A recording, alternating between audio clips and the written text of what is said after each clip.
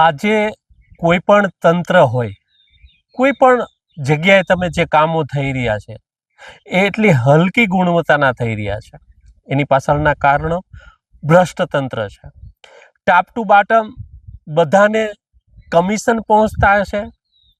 લાગતા વળગતા અને મળતિયાના વિકાસના કારણે જે જનહિતે માટે, જે લોકહિતે માટે, જે લોકોને ઉપયોગી વસ્તુ છે એમાં લોટ પાણીને લાકડા થઈ રહ્યા છે.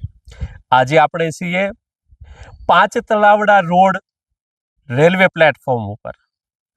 હાલમાં જે કામો થઈ રહ્યા છે, ઝડપથી રેલવે લાઇનનો વિકાસ થઈ રહ્યો છે, બ્રોડગેજનો વિકાસ થઈ રહ્યો છે, પણ જે એજન્સીઓને કામ આપવામાં આવી રહ્યું છે એ કેટલી હલકી ગુણવત્તાના કામ કરે એનું તમને દ્રશ્ય હું રૂબરૂ બતાવવા જઈ રહ્યો છું. મારા કેમેરામેનને કહીશ કે જુઓ આ કેટલી હલકી ગુણવત્તાનું કામ થઈ રહ્યું છે.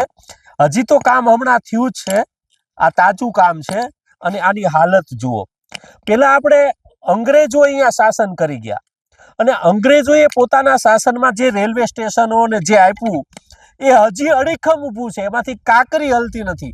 અને આ અત્યારનું જે તંત્ર છે, જે કામ આપી રહ્યું છે, જે રેલવે પ્લેટફોર્મ બનાવી રહ્યું છે, જે જનહિત માટે છે, જે લોકહિત માટે છે, લોક ઉપયોગી વસ્તુ છે, એમાં લોટ પાણીને લાકડા કરવામાં આવી રહ્યા છે. કેટલી હદે ભ્રષ્ટ તંત્ર હશે એ આમાં દેખાઈ રહ્યું છે. આની ઉપર એક્શન થશે, પગલાં લેવાશે કે પછી આ બધું લોલમ લોલ ચાલે છે? બધા જ અધિકારીઓ, પદાધિકારીઓ બધાની મિલીભગતથી આજે આવા નબળા કામો થઈ રહ્યા છે.